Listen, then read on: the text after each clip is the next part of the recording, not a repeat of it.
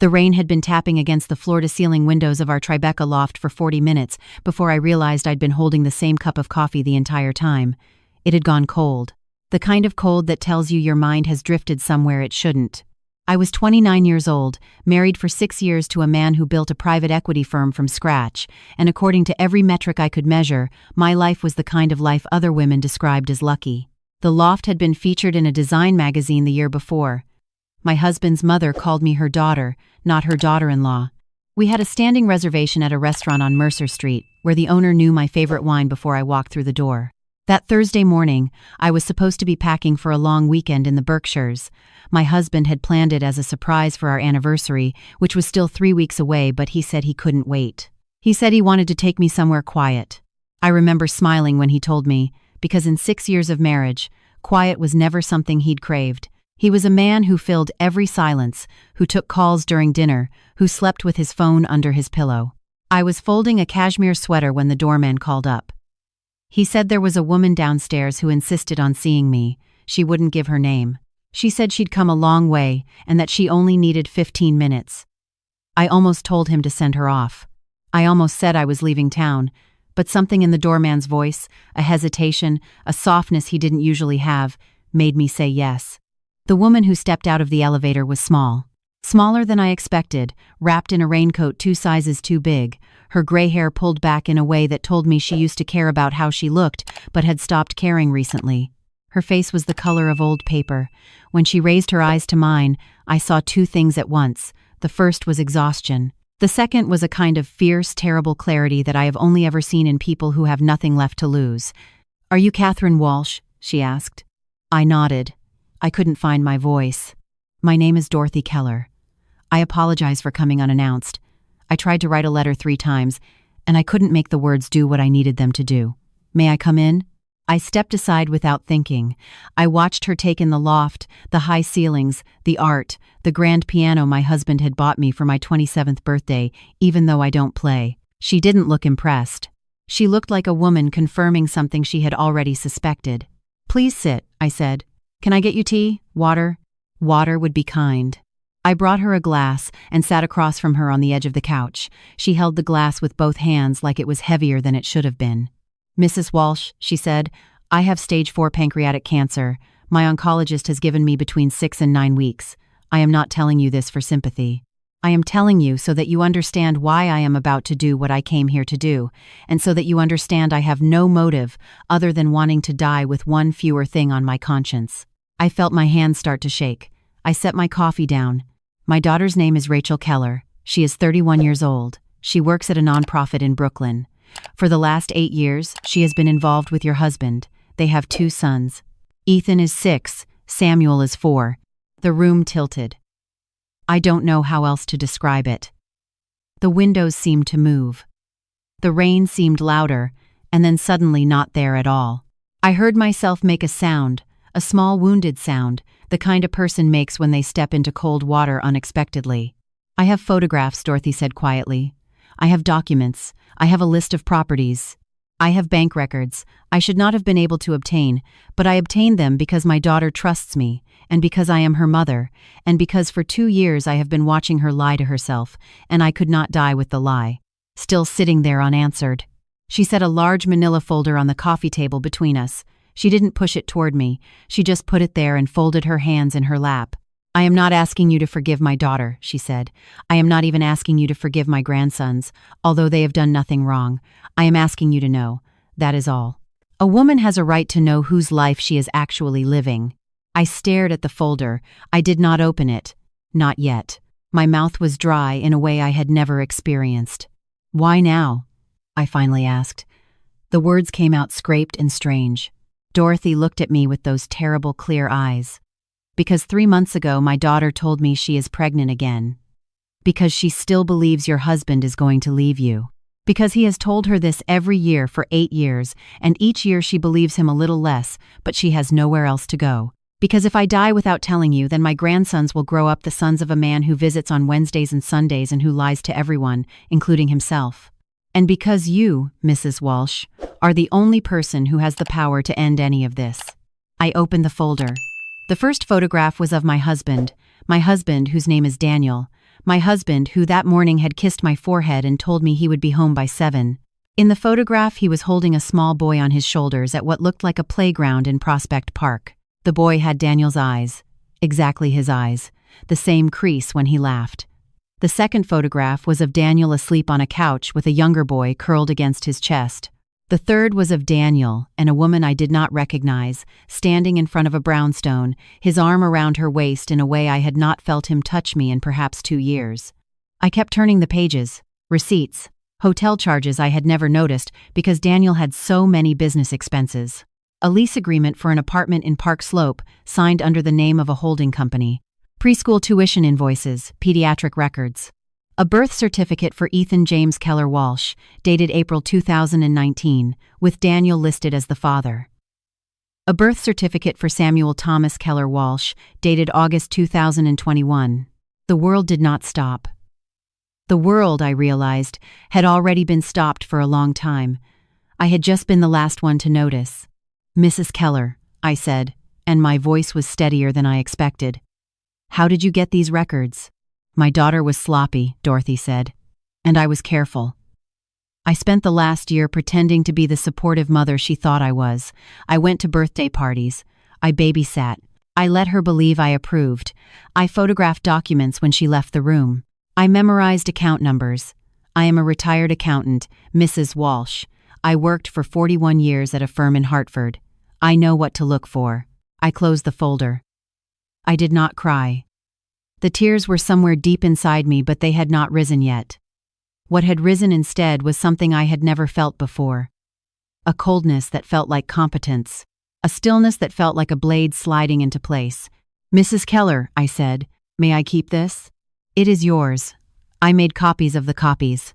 I also have, in a safety deposit box at a bank in my hometown, a sealed envelope that contains the original documents and a signed, notarized statement from me describing everything I have told you and everything I know. My lawyer has instructions to send that envelope to you if anything happens to me before natural causes take their course." I almost laughed. It was not a normal laugh. It was the laugh of a woman who had just understood that the person sitting in front of her had, in her final weeks of life, performed the kind of careful long-term planning my husband had spent 8 years performing against me. "Why are you trusting me with this?" I asked. "Because I read about you," Dorothy said simply. "I know you are a forensic accountant. I know you work for a firm that investigates financial fraud. I know what your husband does not know or has forgotten because he has grown arrogant. You are the most dangerous person he could have chosen to lie to, and I think he forgot that." She was right. Daniel had forgotten. Or perhaps he had never really believed I was capable of turning my professional skills on him. When we met, I had been an associate at a small forensic firm in Midtown. Over the years, as his company grew, I had moved to a larger firm. I had built a name. I had testified in 3 federal cases. I had found money hidden in places most people do not know to look. And somewhere in the middle of all of that, my husband had stopped seeing me as a woman with teeth and started seeing me as a woman with a beautiful loft and a standing restaurant reservation. Dorothy stood up slowly. Her hands trembled on the armrest. "I will not contact you again, Mrs. Walsh. I will not ask what you do with what I have given you. I only ask one thing, and you may refuse." "What is it?" "When the time comes, do not punish the boys. They are children. They did not choose their father. They did not choose my daughter. Whatever they inherit or do not inherit, whatever you decide, I ask only that you remember they are 6 and 4. That is all." I walked her to the door. I do not remember what I said. I remember her hand, cool and papery, holding mine for one long moment before she stepped into the elevator. I remember her looking at me and saying very softly, "I am sorry. I am the one who had to bring this to you." Then the doors closed and she was gone. I went back to the folder. I spread every document across the dining table. I photographed each page with my phone. I backed up the photos to 3 separate encrypted drives. I emailed copies to myself at a secondary account Daniel did not know about. Then I called my office and told my assistant I would be working from home for the next 2 weeks on a private project and was not to be disturbed by anyone. That afternoon I did not cry. I did not scream. I made a pot of coffee, and I did what I had been trained to do for the last 7 years. I began to trace the money. The Park Slope apartment was held by a Delaware LLC. The LLC had been formed in 2018. Its sole member was another entity, a trust registered in Wyoming. The Wyoming Trust received quarterly transfers from an account at a small private bank in New Jersey. The New Jersey account was funded by a consulting fee paid to a shell company that, on paper, provided advisory services to Daniel's firm. The consulting company had no employees, no website, no office. It had a post office box in Newark and a single bank account that received exactly one payment a quarter and sent exactly one payment a quarter. The payment was, to the dollar, equivalent to the mortgage, maintenance, and preschool tuition for the Park Slope household. By Friday afternoon, I had traced 6 years of transfers. By Saturday morning, I had identified 3 additional shell structures I had not known existed. By Sunday, I understood the full architecture. Daniel had been routing money out of our joint assets, through his firm's consulting budget, through 3 layers of corporate obfuscation, and into a second life for almost 9 years. The total amount, once I accounted for the properties, the schooling, the cars, the vacations, and the living expenses, came to just over $4 million. $4 million of money that, under New York marital law, was half mine. On Monday, I called a lawyer, not my regular attorney. A woman named Helena Ruiz, whom I had met during a federal case 3 years earlier, and who had at the time told me, almost as a joke, that if I ever needed a divorce attorney who was not afraid of wealthy men, she was the one to call. Helena met me at a quiet restaurant in the Flatiron at 11 in the morning. She listened for an hour without interrupting. When I finished, she set down her fork and said, "Catherine, you have brought me a case that most attorneys go their entire careers without seeing. I am going to ask you a series of questions, and I need you to answer each one honestly." She asked me what I wanted. Did I want to reconcile? Did I want to negotiate? Did I want to expose?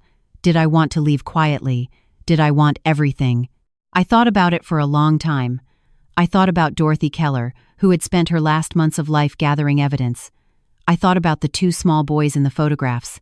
I thought about Rachel, whom I did not know and who had, for 8 years, been both the betrayer and the betrayed. I thought about Daniel, who had that morning kissed my forehead. I want the truth to be documented, I said. I want the children to be provided for without my husband being able to hide another dollar from them or from me. I want every asset that was purchased with marital funds returned to the marital estate. I want Daniel's firm investigated for the consulting fee structure because I believe he has committed tax fraud and his partners deserve to know. And I want to leave with my name, my reputation, my career, and enough of the estate that I never again have to depend on a man who lies to me. Helena smiled, very slightly. "Catherine, you are going to do beautifully." Over the next 3 weeks, I continued to live in the loft. Daniel and I took our anniversary trip to the Berkshires. He held my hand. He told me I looked beautiful. He asked if I wanted another glass of wine. I watched him the way a scientist watches a specimen. I learned things I had never bothered to learn before. I learned which lies he told without hesitation and which required a small pause. I learned that he checked his phone 11 times in a 2-hour dinner. I learned that when he went out for what he called a morning run, he was gone exactly long enough to drive to Brooklyn, kiss 2 children, and return. I did not confront him, not yet. I had learned in my profession that confrontation is the weakest form of leverage. Documentation is stronger. Patience is stronger. Allowing a dishonest person to continue being dishonest while you quietly build an unassailable record is the strongest move of all. Dorothy Keller died on a Tuesday in late May. I read it in an obituary in a small Connecticut paper, survived by her daughter Rachel and 2 grandsons, Ethan and Samuel, no mention of a father. The obituary said donations could be made to a hospice foundation. I sent $5,000 anonymously. 3 days later, Helena's office received the sealed envelope from Dorothy's attorney, exactly as Dorothy had promised. In June, Helena filed the divorce petition. Simultaneously, through a carefully orchestrated series of moves, we froze the consulting company's accounts, filed a complaint with the state attorney general regarding the tax structure, and served Daniel with notice at his office in front of his partners. I was not there. I was in a hotel suite across town with a go bag, 3 suitcases of clothing, my laptop, and a framed photograph of my grandmother that had been sitting on my bedside table for 6 years. Daniel called me 37 times in the first 4 hours. He left messages that moved from confusion to anger to pleading to rage to a kind of broken whisper I had never heard from him before. I did not answer. Helena had instructed me to answer nothing. On the 4th day, he sent an email. It was a long email. It said he was sorry. It said Rachel had been a mistake that grew into something he could not untangle. It said he had always loved me more. It said the boys were a complication he had never intended, and he would take care of them quietly, away from me, if only I would come home. It said he would give me anything. It said he would burn his entire firm to the ground if I asked him to. I forwarded the email to Helena without reply. She wrote back within 10 minutes. She said the email was, in legal terms, a gift. The negotiations took 4 months. They were not really negotiations. They were a slow public unraveling during which Daniel discovered, one revelation at a time, exactly how much I had known and exactly how long I had known it. He discovered that every account he tried to move money out of had already been flagged. He discovered that the consulting company was under federal review. He discovered that his partners, presented with evidence of the structure, had voted unanimously to buy him out at a discount and remove his name from the firm.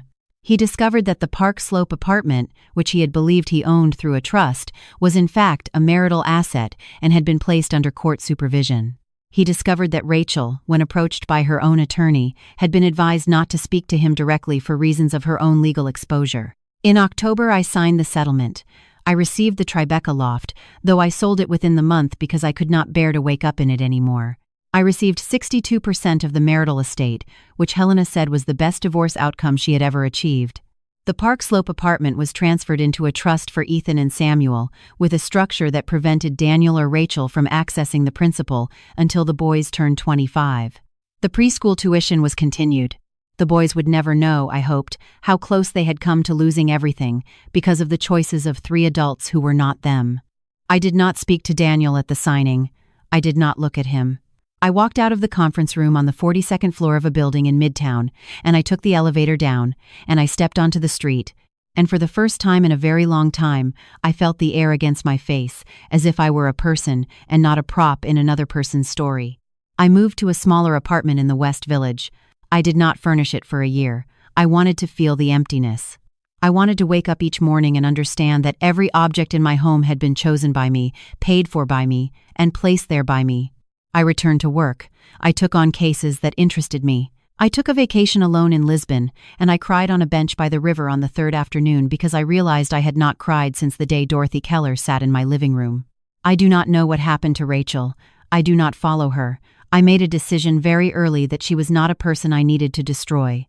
She had been, in her own way, a woman waiting for a man who was never going to arrive. Her mother had seen that and had done what she could to end it. That was enough. Daniel, I heard, moved to Miami. His new firm is smaller. His reputation in New York finance is effectively gone. I do not take satisfaction in this, not the way I thought I would. What I take satisfaction in is something quieter. It is the knowledge that a dying woman walked into my home and handed me a folder, and I did not flinch. It is the knowledge that I did not become bitter. It is the knowledge that 2 small boys in Brooklyn will have what they need to grow up, and that they will never know the woman whose careful work made it possible. Sometimes, late at night, I think about Dorothy Keller. I think about her sitting at her kitchen table in her last months, photographing documents when her daughter left the room. I think about the courage it takes to betray the person you love most in the world because you know that the truth is more important than your comfort. I think about how she could have died and taken the secret with her.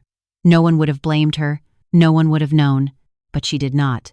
She came to my door in a raincoat 2 sizes too big, and she gave me the most important gift anyone has ever given me, which was not revenge and not vindication, but simply the right to understand the life I was actually living. I keep her obituary in the drawer of my nightstand. I read it on hard days. It reminds me of something she said to me that afternoon, something I did not fully understand at the time, but which I have come to believe is the truest thing anyone has ever said in my presence. A woman has a right to know whose life she is actually living. The sins of the parents are not inherited by the children, but the silences of the parents are. Dorothy Keller broke her silence so that her grandsons would not inherit it. I broke mine so that I would not carry it either. And somewhere in a small apartment in Brooklyn, 2 boys who will never meet me are growing up warm and fed and cared for, because an old woman and a younger woman who did not know each other sat across a coffee table one rainy morning and decided, together, that the truth was worth the cost.